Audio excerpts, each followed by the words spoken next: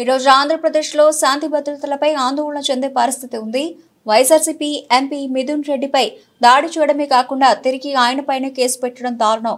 చంద్రబాబు ఈ విషయం మీద దృష్టి పెట్టి తెలుగుదేశం పార్టీ చేస్తున్న దాడులను అరికట్టాలి. సిపిఐ కార్యదర్శి రామకృష్ణ ఈరోజు శాంతి భద్రతల పరిస్థితులపైన ఆందోళన చెందే పరిస్థితి వస్తూ ఉంది.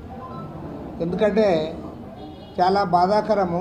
చిత్తూరు జిల్లా పుంగనూరులో పార్లమెంట్ సభ్యుడు, ఆయన ఎలక్టెడ్ పార్లమెంట్ సభ్యుడు, లోక్సభలో వైసీపీ పక్ష నాయకుడు మిథున్ రెడ్డి గారు పోతే ఆయన ఎక్కడైతే ఎవరింట్లో అయితే ఉన్నాడో వాళ్ళ ఇంటి మీదకే దాడికి పోయినారంటే ఇది సరైనది కాదు.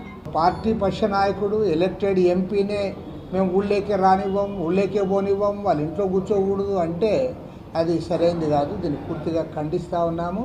చంద్రబాబు నాయుడు గారు స్వయంగా ఈ అంశాన్ని పరిశీలించి దాన్ని సెటిలైట్ చేయాలి.